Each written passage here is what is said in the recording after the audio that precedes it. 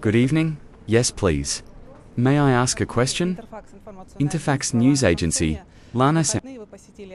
Over the weekend, you visited one of the command posts of the joint group of forces and focused on the capture of the city of It is currently under the complete control of the Russian armed forces. Why is this city so important? This city has been, and continues to be, held in high regard by both the Ukrainian side and the Russian armed forces.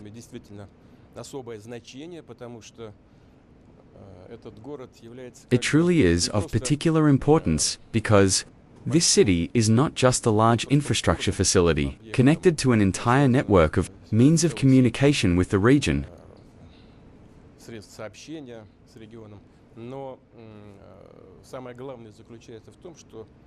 But the most important thing is that overall, speaking in military terms, is a good springboard for achieving all the objectives set at the beginning of the special military operation.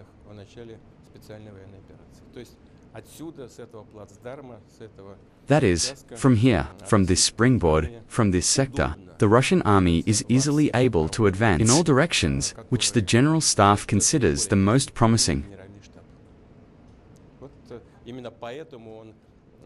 That's precisely why it's always been designated as a priority by the Ukrainian side in the Donetsk People's Republic, and by our armed forces too, along with a number of other Ukrainian outposts. And it was also one of the most powerful Ukrainian outposts. And today, it's entirely in the hands of the Russian army, as the commander of the center group recently reported. This question apparently arises because there are still doubts about whether this is actually true. Well, if anyone has doubts, we've already discussed this, and I've already proposed it. And what did I propose? Your foreign and even Ukrainian colleagues, please, we're ready to grant Ukrainian journalists the right to visit the city of Krasnoyarsk and see for themselves what's happening there, and who really controls that town. I remember when we did this a few weeks ago, the Ukrainian Foreign Ministry issued a warning, saying that the Ukrainian Foreign Ministry was categorically opposed and began threatening journalists and so on. But right now, the Ukrainian Ministry of Foreign Affairs has nothing to do with this, since the city is entirely in the hands of the Russian armed forces. Of course, there are certain levels of danger, given that there are close-in areas and drones are constantly in the air. But our Russian war correspondents are working.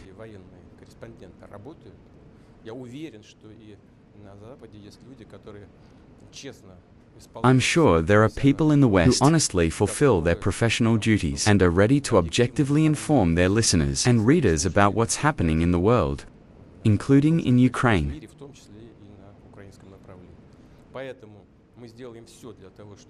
Therefore, we will do everything to ensure their safety, but we are ready to take them to all the districts of Krasnoyarsk.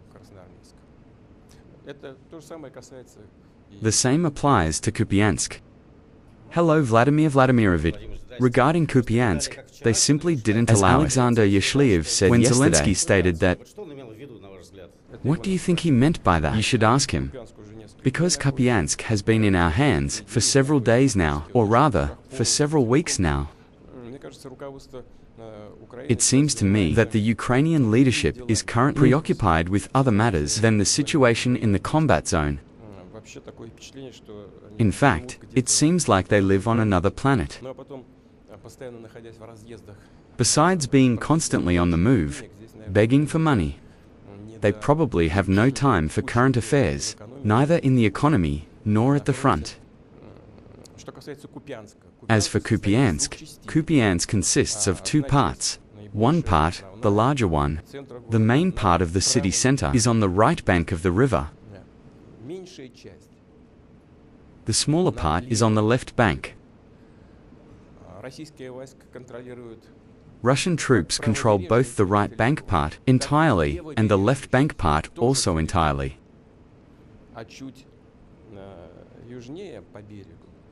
And a little further south along the river, there is another settlement called Kupiansk.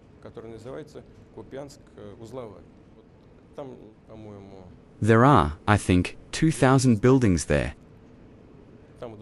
There is fighting going on there. 600 buildings, somewhere around 1,000 already. Well, 600 to 650 in the hands of the Russian army. They are advancing. I think that in a few days we will also take this settlement. But it is a separate settlement. And besides everything else, I would like to remind you that an enemy group of 15 battalions is blocked on the left bank of the river, and Russian troops have begun to eliminate it. Alina Nefedova News. You will soon meet with Steve Witkoff, who came to Moscow specifically for this. In fact, the negotiation process is currently taking place with the American side. Why are the Europeans silent? Why are they so removed from this process? Well, the Europeans are not silent. They are offended that they have been, so to speak, removed from the negotiations. But I want to point out that no one removed them. They removed themselves, after all. We had close contact with them at one time. Then they abruptly cut off contact with Russia. It was their initiative. Why did they do this? Because they've adopted the idea of inflicting a strategic defeat on Russia, and apparently still live in these illusions. Although they understand in their heads that this is long in the past, that it couldn't have happened. They've been engaging in wishful thinking all along, but they can't admit it to themselves. They don't want to. They've removed themselves from this process. That's the first thing. Second, seeing that the results today are not to their liking, they've begun to hinder the current US administration and President Trump from achieving peace.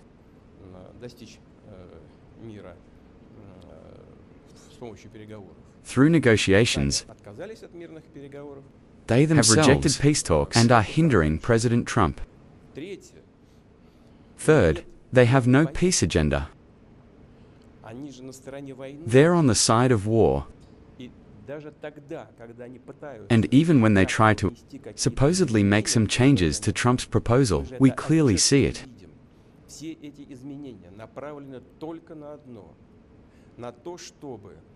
All these changes are aimed at one thing: blocking the entire peace process altogether, putting forward demands that are absolutely unacceptable to Russia. They know this, and thereby blaming Russia for